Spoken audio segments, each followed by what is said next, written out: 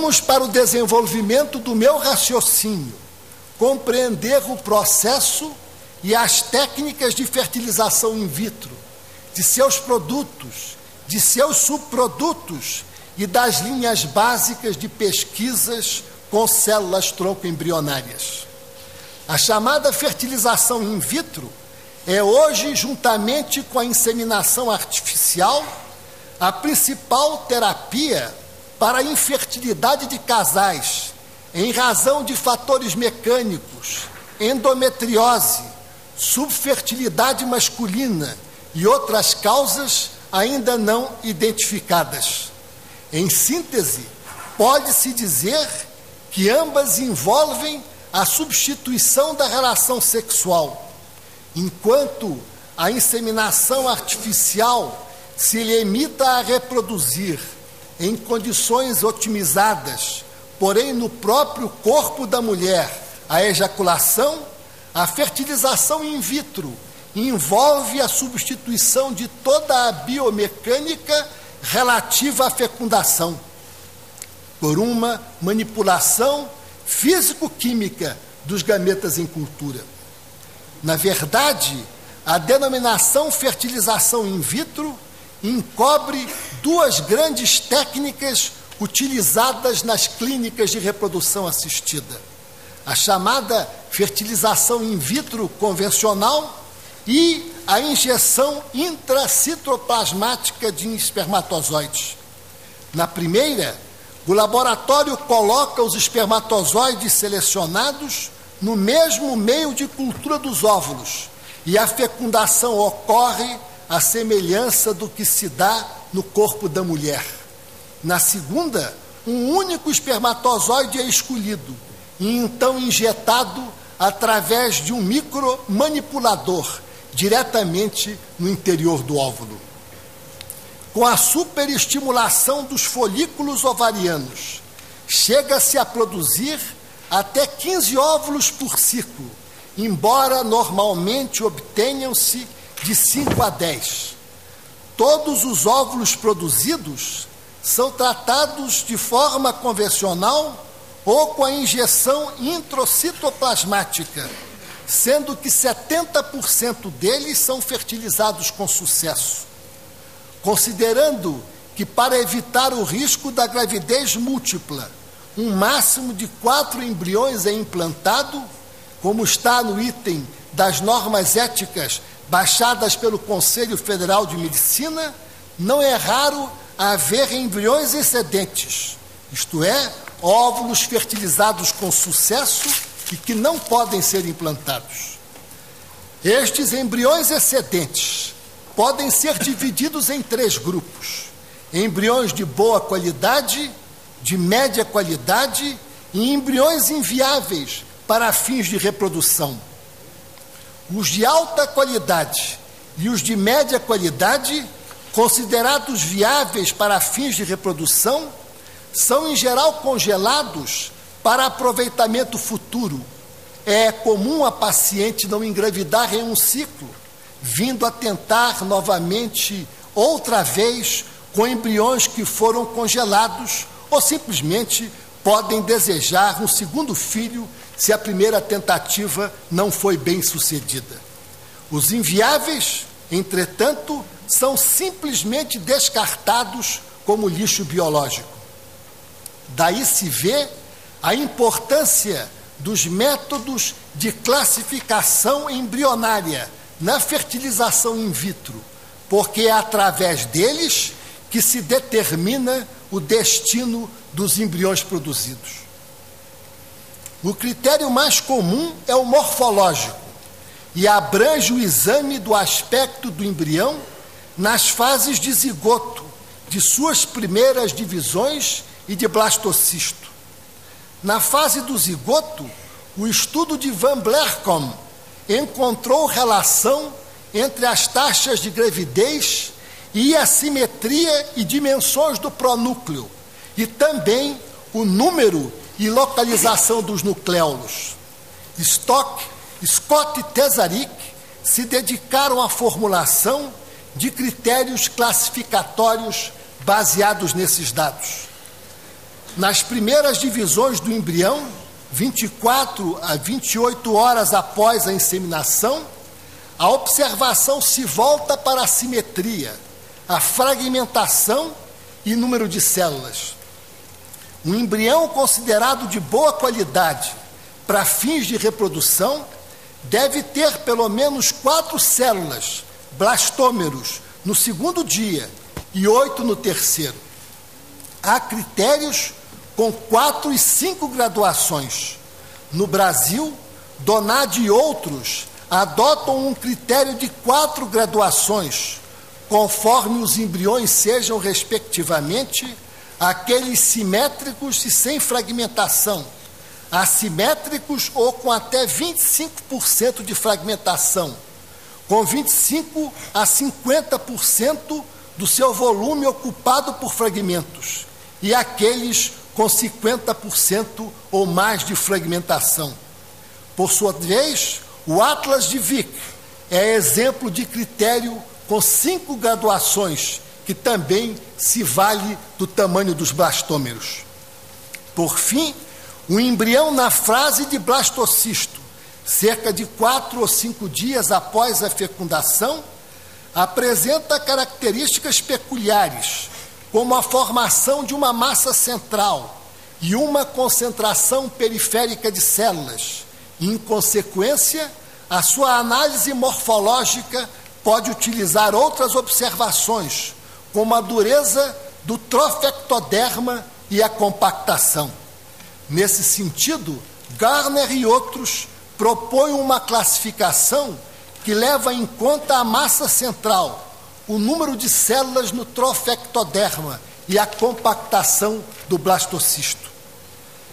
Ainda que esses critérios tenham sido desenvolvidos para serem utilizados de forma autônoma, é praxe nas clínicas de fertilização a sua conjugação como forma de obter uma seleção mais rígida.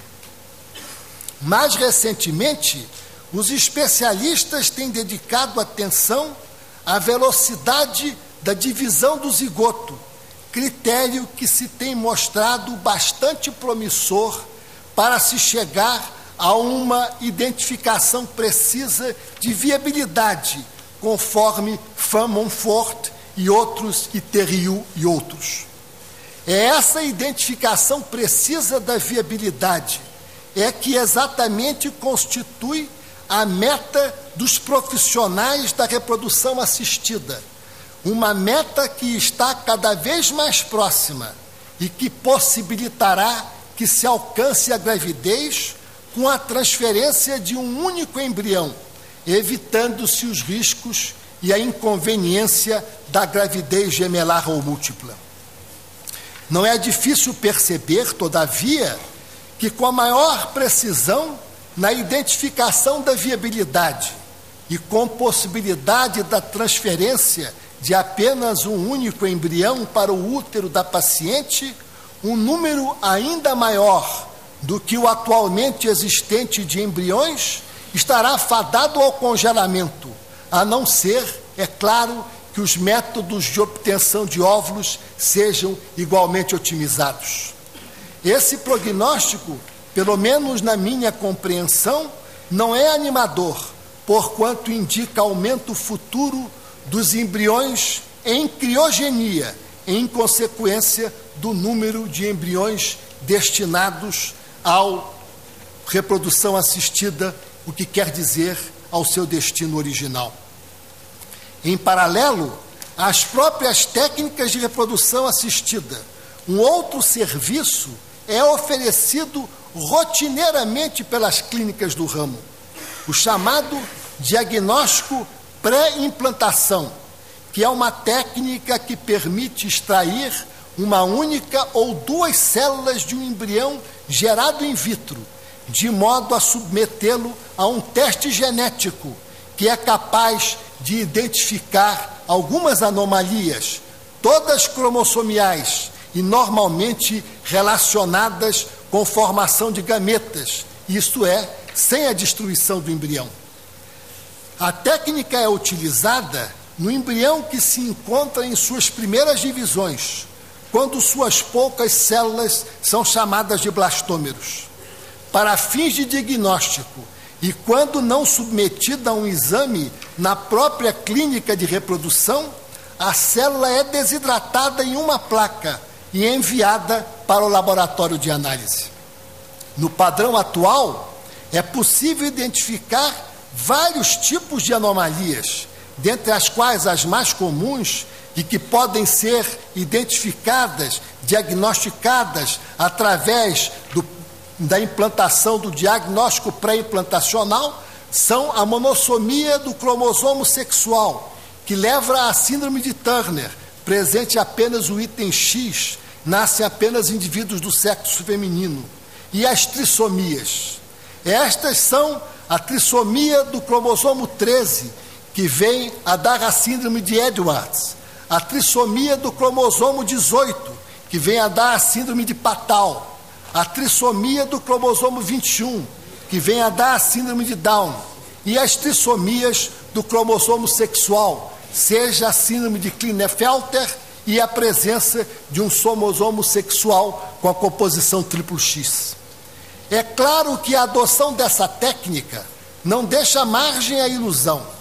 Se uns embriões cujo diagnóstico é negativo são implantados e nascerão com a certeza de que não sofrerão das anomalias pesquisadas, é certo que aqueles cujo diagnóstico é positivo não serão escolhidos para implantação.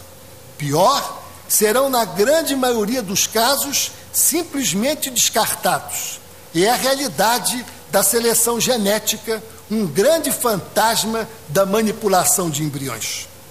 As técnicas de manipulação de gametas e embriões desenvolvidas nas clínicas de reprodução assistida permitem atualmente a realização de diversos procedimentos de intervenção no processo de reprodução e desenvolvimento humanos, dos quais a seleção genética, possibilitada pelo diagnóstico pré-implantacional, é apenas um dos mais simples. É hoje possível, por exemplo, a clonagem por divisão artificialmente provocada de embriões, a clonagem por intermédio de transferência do núcleo de uma célula somática humana para um óvulo humano, a clonagem por meio da transferência do núcleo de uma célula somática humana para um óvulo animal, o transplante pronuclear, que é a transferência do pronúcleo de um óvulo fertilizado para um óvulo de terceiro, cujo núcleo foi retirado, a partenogênese de um óvulo humano, a criação artificial de quimeras através da conjugação de blastômeros obtidos de diversos embriões, a ginogênese, que é o transplante pronuclear utilizando apenas o núcleo da mãe, e a androgênese, que é o transplante pronuclear utilizando apenas o núcleo do pai. O estudo de Fukuyama e Furger reporta o caso de um casal que concebeu 3 filhos com a técnica da cocultura, pela qual o óvulo fertilizado in vitro foi cultivado por vários dias em tecido animal, o que provavelmente terá transferido material genético animal para as crianças. Outro experimento envolveu a produção artificial de uma quimera humana, através da fusão de blastômeros de 2 embriões, um masculino e outro feminino. O teste, segundo ao seu autor, visava demonstrar a possibilidade de uma correção genética, mas foi considerado um engodo.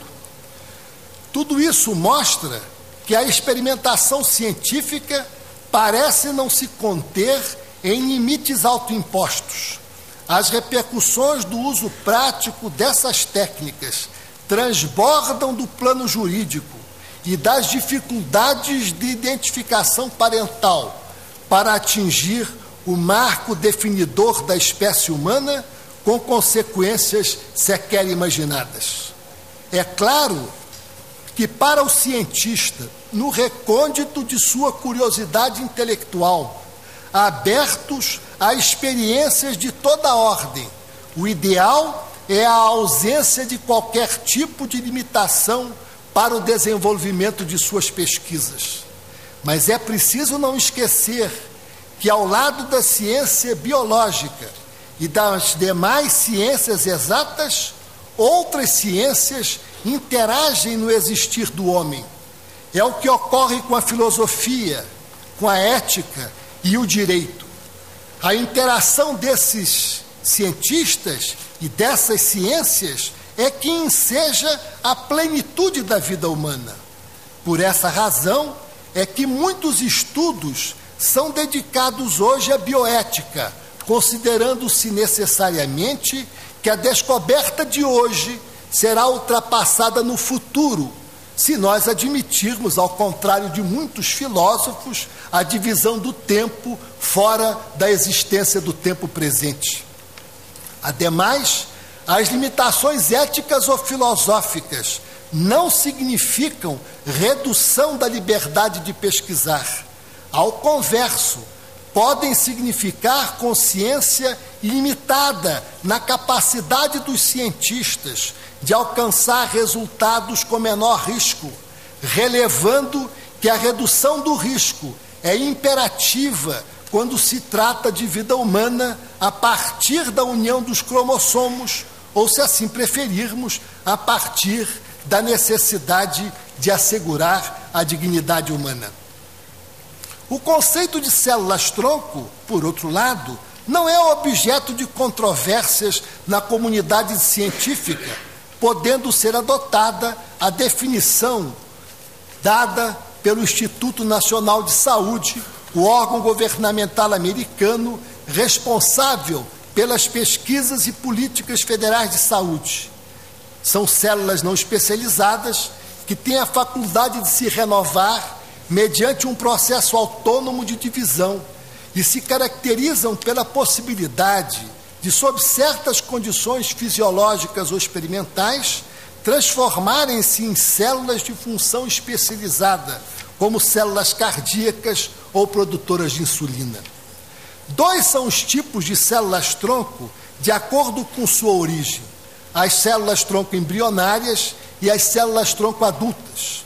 Estas, é importante que se diga, são extraídas de tecidos já desenvolvidos, como a pele, o sangue, intestinos e músculos, e também do cordão umbilical. Têm sido assim chamadas exatamente para diferenciá-las das células-tronco embrionárias, obtidas de embriões. Quanto às últimas, vale anotar que são obtidas de embriões oriundos de processos de fertilização assistida e não de fertilização natural. No glossário da Sociedade Internacional de Pesquisas de Células nessa matéria, as células-tronco adultas são encontradas em diferentes tecidos do organismo adulto, desenvolvido e que permanecem em um estado de não especialização. Essas células podem gerar células especializadas do tecido do qual foram obtidas, ou seja, uma célula-tronco cardíaca pode gerar uma célula de função muscular cardíaca, mas ainda não está claro se podem gerar todos os tipos de células. As células-tronco embrionárias, segundo o glossário, são células derivadas do aglomerado interior de células do blastocisto. Uma célula-tronco embrionária não é autorrenovável, é autorrenovável, pode se autorreplicar, pluripotente, pode formar todos os tipos de células encontradas no corpo, e, em tese, imortal.